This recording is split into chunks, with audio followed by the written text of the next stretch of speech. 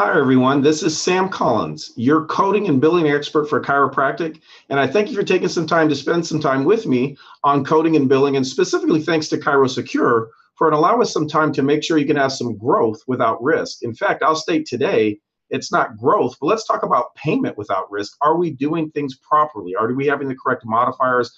Are we getting paid? I've had a lot of offices recently, whether at seminars or calling me on the network, who are all indicating they're having difficulty being paid because it's indicating they're missing modifiers. So let's take a moment today to really go through what are the modifiers used for chiropractic, how do we properly use them to make sure our claims are getting paid. Let's go to the slides, and of course, as always, this is chiropractic coding and billing, and our goal and commitment, as always, from HJ Ross is to strengthen and grow the chiropractic profession by providing education tools that support and continually improve the productivity and profitability of our practices. Our website's at the bottom, so certainly take a moment, go to our website, a little separate, that you can see what's coming for us.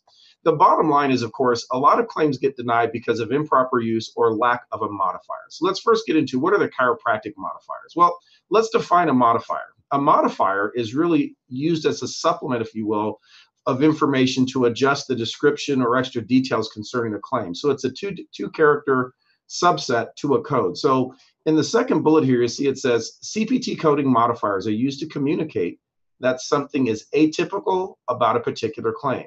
Circumstances that include this would be there's an increase or decrease in the service, professional and technical, or most often for chiropractic, just to demonstrate that something is separate and distinct. The bottom line is a modifier is a two-character add-on to a CPT code to provide special information about the service and, most importantly, to make sure it's being paid. So the modifier goes directly into block 24, and you'll see the arrow F pointing where it says modifier. Notice it comes right after the CPT code, or for that matter, a HCPCS code, and it's a two-character in order to indicate something specific. Now notice, though, there is more than one space for modifiers. In fact, there's four. There's 1, 2, 3, 4, and in many instances, you may use as many as 3, most often 1 or 2. So let's get into what are these modifiers. Well, Modifier 101, I think, is the one that every chiropractor must do and know. In fact, it's probably the thing we should have learned in school. The most common modifier for chiropractic claims, of course, is modifier 25. This modifier is to indicate a significant, separately identifiable evaluation and management service, or E&M, by the same physician on the same day as another procedure or service. What this modifier is to indicate for chiropractors is that the manipulation is separate and distinct from the exam. Now, let me qualify that. The manipulation codes, the CMT codes of the spine or extraspinal, include a small level of examination. In fact, some would argue it includes a level that's equivalent to about a 99212. And it's what we call pre-service, intra-service, and post-service. So in other words, when a patient comes in to adjust them, not talking about the first visit, you're going to certainly spend some time evaluating how they are, doing a little review of their history. So the reason we use this 25 modifier is to indicate on the visits when we are doing an exam that is above and beyond the exam associated with treatment, that modifier is to indicate its payment. So the modifier goes on the E&M code. The modifier does not go on the adjustment code. So it's going to be 99203 25 modifier or 99213. Notice this modifier will go on any exam code or E&M code, whether new patient or established. Another modifier we have that's not real common, but one that chiropractors may use is modifier 22. And that is to indicate an increase in procedural services. And here it indicates you add this modifier to a code when the work required to provide the service is substantially greater than typically required. Note it says documentation must support the additional work and extra payment. In fact, this can be added on Optum Health or specifically United Healthcare claims to indicate when an adjustment takes particularly a much longer period of time. Now, I want to be careful. This increased time is not based on your style or type of adjustment, but something about the patient. Think of a patient who potentially is wheelchair bound. To get them on and off the table and properly positioned will take substantially more time to adjust than a patient without such a disability. Or how about a patient that is in significant pain that's difficult to move, or someone very overweight? So modifier 22 is possible to go onto an adjustment code to indicate an increased time that's normally above and beyond what would normally be expected. Again, be careful. Don't just include this because you take a long time to adjust, but the patient's condition does. This modifier will increase payment on these plans by 50%. Special note, this modifier would not be used to indicate an additional time for a time service. If you're doing a time service extra time, you simply, of course, add units. The next modifier has often been confusing for many because it was something that many insurances required some time ago for codes such as extra spinal manipulation with manipulation. So modifier 51 specifically indicates multiple procedures. Its description says when multiple procedures other than E&M services, which for our case would be physical medicine, are used to indicate that there are additional services above that. It says here under guidelines, additional procedures should be appended with 51 as long as they are not considered incidental or bundled. The idea of this was many times United Healthcare and other payers required a chiropractor to use a 51 to indicate that that manipulation was separate. That was taken away a few years ago because it really didn't make much sense. Of course, extra spinal was separate from spinal. In my opinion, the reason they did that is the last sentence here under guidelines. When you use the 51 modifier, it decreases the payment 50%. And that's one of the reasons they had to remove that. So I want to highlight, I want you to know this modifier, but it is not one you would likely use, and you certainly aren't going to use it for a spinal and extra spinal CMT. Now, the modifier that's probably one of the most common beyond modifier 25 is modifier 59. Modifier 59 indicates a distinct procedural service.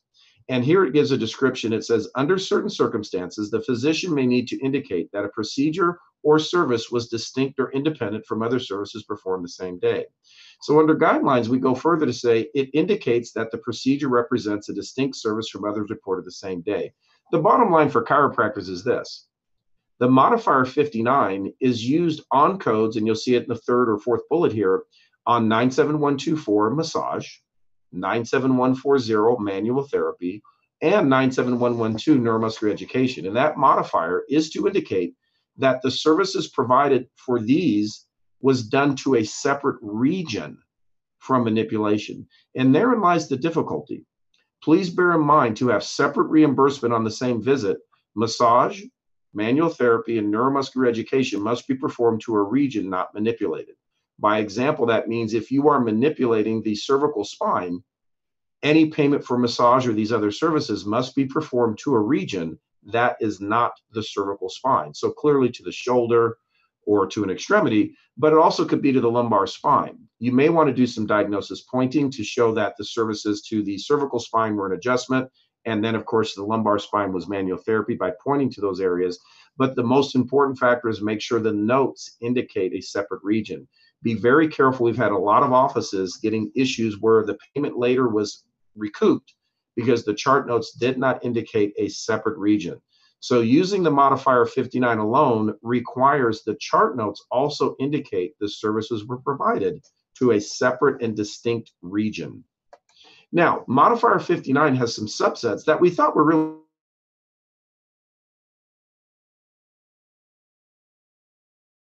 subsets were modifiers XE, XS, XP, and XU, which you'll see here. These are just to further delineate what's going on for 59 separate region.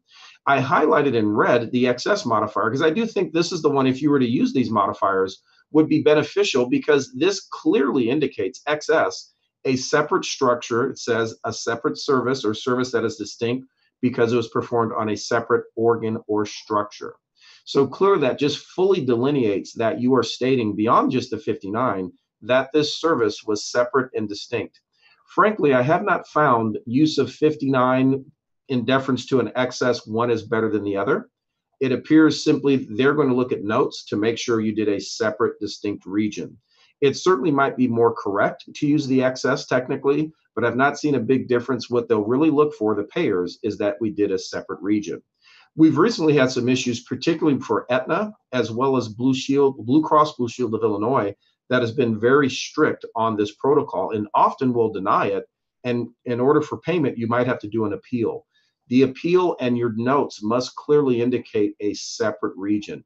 As much as we do not like it, when you adjust a region of the spine for separate reimbursement, the myofascial release or massage must be to a separate region.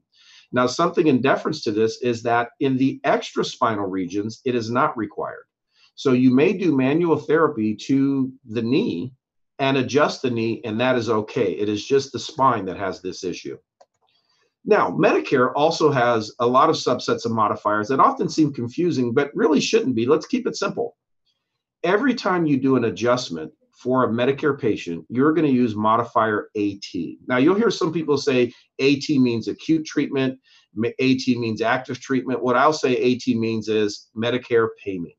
The AT modifier appended to chiropractic manipulation indicates the care is deemed medically necessary, and the provider expects Medicare to consider the treatment for payment.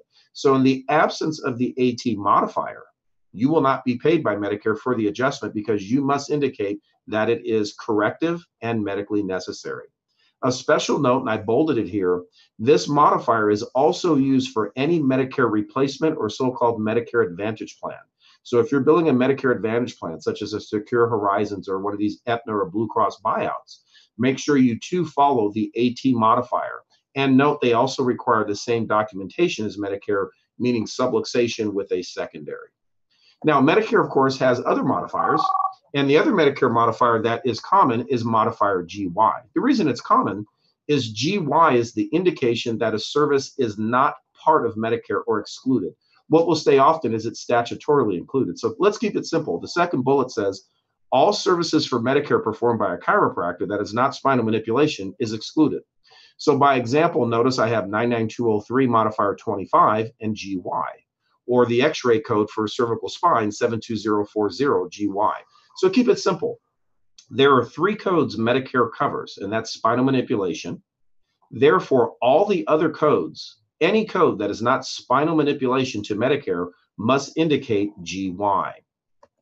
The other modifier for Medicare, though, that's necessary, and this is particularly necessary beginning in 2018, is modifier GP. Modifier GP is to indicate that a service is being delivered under an outpatient physical therapy plan of care. So for Medicare claims, a chiropractor or a DC must now include the GP modifier on all physical medicine codes in addition to GY. So notice these 2 examples. Here's exercise, notice GP, GY. Here's massage, 97124, and notice GP, GY, and 59. Notice all 3 are needed and all 3 have to be present, hence why there are 4 spaces for it. Please indicate and note that the order of the modifiers actually is not important, they just must all appear. Special note here, and I put it in red, this modifier is also required for VA claims. So if any of you are billing the VA Choice Program or PC3 markets for the VA, those must also have GP. So if you're billing physical medicine to a VA claim, include the GP. Note the GY is, of course, only applicable to Medicare. The other Medicare modifier that does get a little confusing but shouldn't be is modifier GA. The GA is used when a voluntary waiver or ABN advanced beneficiary notice is used to inform the patient that the adjustment of the spine is not going to be covered or denied, or think of it when it's maintenance care. If you are doing care for the patient that they like and say, Doc, I want to come once a week, it just makes me feel good, that's fantastic. However, Medicare will consider care like that most likely maintenance. So you have to have the patient sign the advanced beneficiary notice, understanding that they're going to be personally responsible. You're then going to put the GA. This modifier indicates the patient has understood and taken financial responsibility for the service. So in this case, you would put modifier GA on the adjustment code to indicate that the patient understands their personal responsibility. Now, there's one other modifier I do want to bring up that is often not understood or not sure that you can do it. It's modifier Q6. It's for what's called a locum tenens, or whenever you're on vacation. This is for a regular physician identifying a service for when a substitute physician is taking over. So that's the locum tenens physician. So let's say you go on vacation for a month, you have a doctor come in your office to take over. That doctor would actually bill under your name, your tax ID, and all those things, and would simply just indicate modifier Q6 on those services. The limitation for a locum tenens, of course, is 60 days. After 60 days, they will no longer allow it. So again, up to 60 days. But that will be added to all the codes simply to indicate it's a vacation relief doctor. It does not change the price. Notice all these modifiers we went through have no price reduction other than the 51. And they just simply indicate the services as to be paid. If you follow proper use of modifiers, you should not have much issue on getting reimbursed. And that's really the goal of our company. H.J. Ross, we do seminars and other products, so take a look at our website. But our goal is to do proper chiropractic coding and billing that's ethical, compliant, keeping you safe, but also keeping you paid. Please join us next week. We'll always be back. ChiroSecure is always there to be on your side to make sure you're doing well. And I thank you for spending some time with me, and I bid you farewell until next time from me. This is Sam Collins, the coding and billing expert.